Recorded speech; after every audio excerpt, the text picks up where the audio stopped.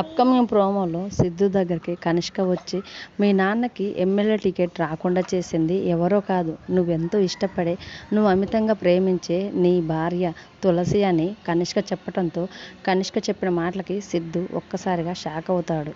సిద్ధు మొదట కనిష్క మాటలు నమ్మకపోయినా తర్వాత కనిష్క మాత్రం, నాకు తెలుసు సిద్ధు, నువ్వు నా మాట నమ్మవని, కావాలంటే ఈ ప్రూఫ్ చూడని సూర్యప్రతాప్, విశాలాక్షి, తులసి ముగ్గురు కలిసి మాట్లాడుకునే వీడియోని, అందులో సూర్యప్రతాప్ గారు, తులసి, నువ్వు చేసిన ఈ ఒక్క పని వల్లే ఈరోజు నేను ముఖ్యమంత్రి కాగలిగాను, నీ మాట వినకుండా నేను బసవరాజ్కి టికెట్ ఇచ్చుంటే ఇలా మనం ఎంతో బాధపడేవాళ్ళం, ఇదంతా కేవలం నీ వల్లనే తులసి అని సూర్యప్రతాప్ గారు తులసిని పొగుడుతూ ఉంటారు. ఆ వీడియో చూసి ఒక్కసారిగా సిద్ధు చాలా షాక్ అవుతూ ఉంటాడు.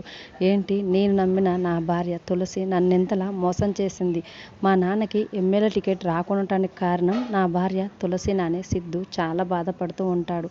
అలా కనిష్క వీడియో చూపించే టయానికి ఒక్కసారిగా పైనుంచి వాన పడటంతో సిద్ధు మనసు కూడా విరిగినట్టు అవుతుంది. తర్వాత కనిష్క అక్క, చూసావా సిద్ధు, నీ భార్య నీకు చెప్పకుండా నీ తండ్రికి ఎమ్మెల్యే టికెట్ రాకుండా చేసింది, ఇంకా నీ ఇష్టం అని చెప్పి కనిష్క అక్కడి నుంచి వెళ్ళిపోయేసరికి అసలు తులసి ఇలా ఎట్లా చేసింది, నేను ఎంతగానో ప్రేమించాను, అన్ని విషయాలలో తనకి ఎంత సపోర్టుగాను ఉన్నాను, అయినా కానీ తులసి నాతో ఒక్క విషయం చెప్పకుండా ఇలాంటి పని ఎలా చేసిందని సిద్ధు తులసిని తలుచుకొని, తులసి చేసిన పనిని తలుచుకొని మందు తాగుతూ వర్షంలో అలాగే తడుస్తూ ఉంటాడు.